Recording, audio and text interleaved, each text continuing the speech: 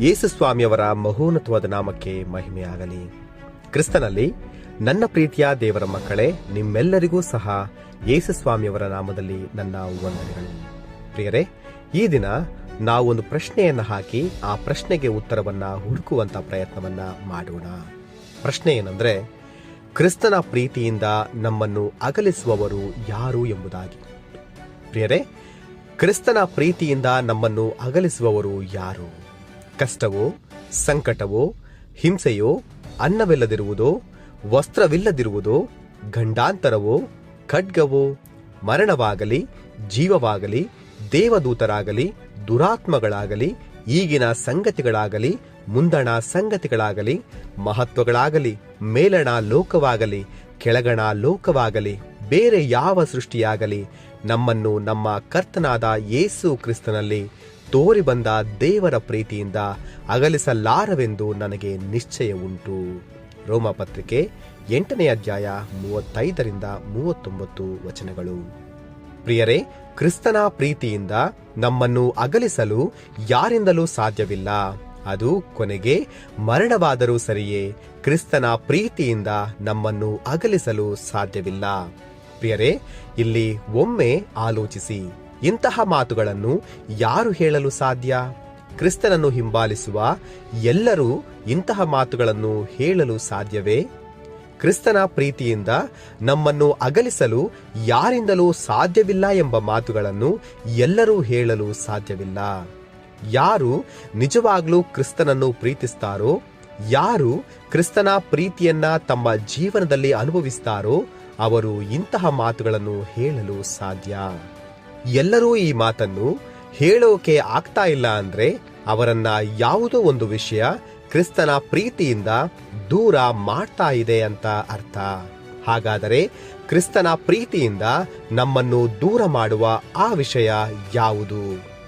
ಪ್ರಿಯರೇ, ಒಬ್ಬ ವ್ಯಕ್ತಿ ಯೇಸುಸ್ವಾಮಿಯವರನ್ನ ನಂಬಿದ ಮೇಲೆ ಆ ವ್ಯಕ್ತಿಯ ಜೀವನ ಬದಲಾಗಬೇಕು. ಪಾಪದ ಪಾಲಿಗೆ ಆತನು ಸಾಯಬೇಕು. ಆತನ ನಡೆ, ನುಡಿ ಎಲ್ಲವೂ ಕೂಡ ಬದಲಾಗಬೇಕು. ಯಾವನಾದರೂ ಕ್ರಿಸ್ತನಲ್ಲಿದ್ದರೆ ಅವನು ನೂತನ ಸೃಷ್ಟಿಯಾದನು. ಇಗೋ, ಪೂರ್ವ ಸ್ಥಿತಿ ಹೋಗಿ ಎಲ್ಲವೂ ನೂತನವಾಯಿತು. 2 ಕೊರಿಂಥ ಪತ್ರಿಕೆ 5:17. ನಾನು ಇದುವರೆಗೂ ನನ್ನ ಸ್ವಾರ್ಥಕ್ಕಾಗಿ ಬೇರೆಯವರಿಗೆ ಮೋಸವನ್ನು ಮಾಡುತ್ತಾ, ಅವರನ್ನು ದೂಷಿಸುತ್ತಾ, ಬೇರೆಯವರಿಗೆ ಕೆಟ್ಟದ್ದನ್ನು ಮಾಡುತ್ತಾ, ಹೀಗೆ ಎಲ್ಲಾ ಪಾಪದ ಕಾರ್ಯಗಳನ್ನು ಮಾಡುತ್ತಾ ನಾನು ಪಾಪಿಯಾಗಿ ಜೀವಿಸಿದೆ.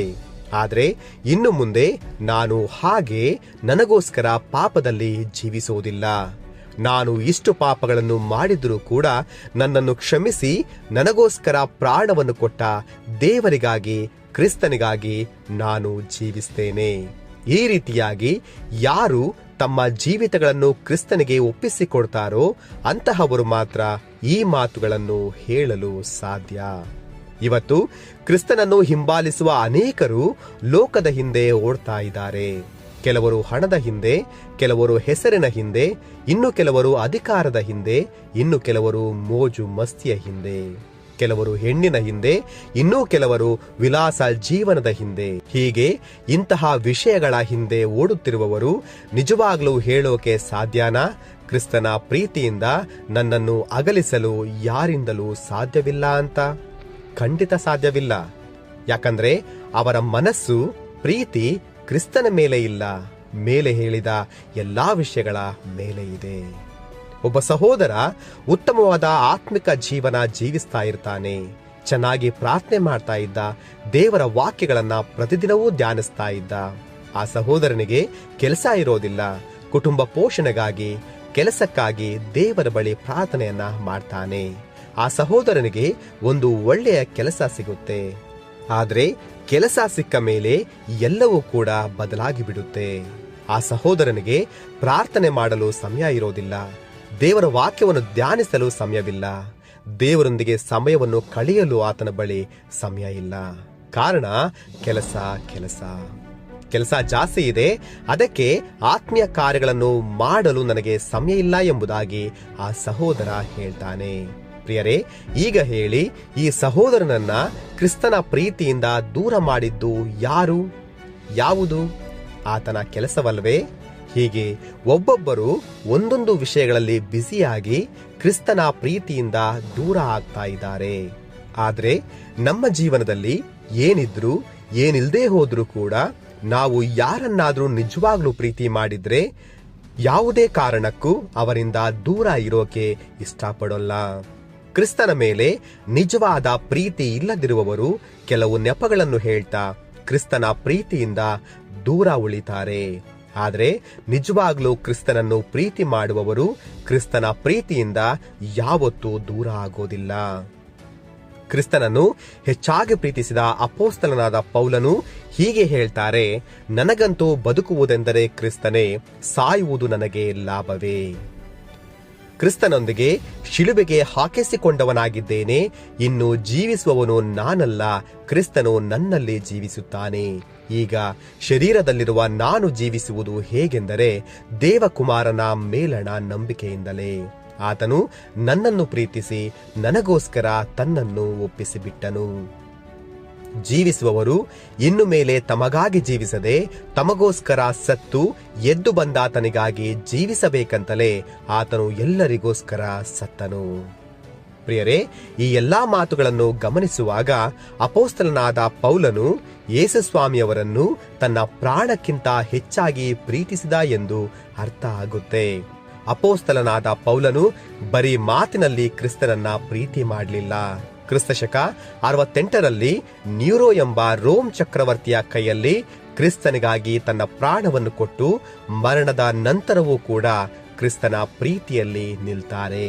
ಅಂದರೆ ಮರಣವೂ ಕೂಡ ಅಪೊಸ್ತಲನಾದ ಪೌಲನನ್ನ ಕ್ರಿಸ್ತನ ಪ್ರೀತಿಯಿಂದ ದೂರ ಮಾಡೋಕೆ ಸಾಧ್ಯ ಆಗಲಿಲ್ಲ. ದೇವರ ನಾಮಕ್ಕೆ ಮಹಿಮೆಯಾಗಲಿ. ಪ್ರಿಯರೇ, ಈ ಲೋಕದಲ್ಲಿ ಎಲ್ಲರ ಪ್ರೀತಿಯನ್ನ ಮರಣವು ಅಗಲಿಸಿಬಿಡುತ್ತೆ, ಎಲ್ಲರನ್ನ ಪ್ರೀತಿಯಿಂದ ದೂರ ಮಾಡಿಬಿಡುತ್ತೆ. ಆದರೆ ಮರಣವೂ ಕೂಡ ದೂರ ಮಾಡಲಾಗದ, ಅಗಲಿಸಲಾರದ ಒಂದು ಪ್ರೀತಿ, ಶಾಶ್ವತವಾಗಿ ಎಂದೆಂದಿಗೂ ಸಹ ಮರಣದ ನಂತರವೂ ಉಳಿಯುವ ಪ್ರೀತಿ, ಅದು ಕ್ರಿಸ್ತನ ಪ್ರೀತಿ ಮಾತ್ರವೇ. ಪ್ರಿಯರೇ, ನಾವು ಕ್ರಿಸ್ತನ ಪ್ರೀತಿಯಲ್ಲಿ ನೆಲೆಗೊಂಡು ಇದ್ದರೆ ಮಾತ್ರವೇ ಪರಲೋಕ ರಾಜ್ಯದಲ್ಲಿ ನಾವು ಸೇರಲು ಸಾಧ್ಯ. ಪ್ರಿಯರೇ, ಈ ಸಂದೇಶವನ್ನು ಕೇಳುತ್ತಿರುವ ನಾವುಗಳು ನಮ್ಮನ್ನು ನಾವು ಒಮ್ಮೆ ಪರಿಶೀಲಿಸಿಕೊಳ್ಳೋಣ. ಕ್ರಿಸ್ತನ ವಿಷಯದಲ್ಲಿ ಇಂದು ನಮ್ಮ ಪ್ರೀತಿ ಹೇಗಿದೆ? ಕ್ರಿಸ್ತನ ಪ್ರೀತಿಯಲ್ಲಿ ನಾವು ನಿಂತಿದ್ದೇವಾ ಅಥವಾ ಲೋಕ ಸಂಬಂಧವಾದ ಕಾರ್ಯಗಳನ್ನು ಪ್ರೀತಿಸುತ್ತಾ ಕ್ರಿಸ್ತನ ಪ್ರೀತಿಯಿಂದ ದೂರವಾಗಿದ್ದೇವಾ? ಒಂದು ವೇಳೆ ಕ್ರಿಸ್ತನ ಪ್ರೀತಿಯಿಂದ ನಾವು ದೂರ ಇದ್ದೇವೆ ಅನ್ನುವುದೇ ನಮ್ಮ ಉತ್ತರವಾದರೆ ಈ ಕ್ಷಣವೇ ನಮ್ಮ ಜೀವಿತಗಳನ್ನ ಬದಲಾಯಿಸಿಕೊಳ್ಳೋಣ. ನಮ್ಮನ್ನು ಕ್ರಿಸ್ತನ ಪ್ರೀತಿಯಿಂದ ದೂರ ಮಾಡುವಂತ ಎಲ್ಲಾ ಕಾರ್ಯಗಳನ್ನು ಬಿಟ್ಟು ಕ್ರಿಸ್ತನ ಪ್ರೀತಿಯಲ್ಲಿ ನಿಂತುಕೊಳ್ಳೋಣ. ಯಾಕಂದ್ರೆ ಶಾಶ್ವತವಾದುದು ಕ್ರಿಸ್ತನ ಪ್ರೀತಿ ಮಾತ್ರ. ದೇವರು ನಿಮ್ಮೆಲ್ಲರನ್ನು ಆಶೀರ್ವದಿಸಲಿ. ಎಲ್ಲರಿಗೂ ಶಾಲೋಮ್.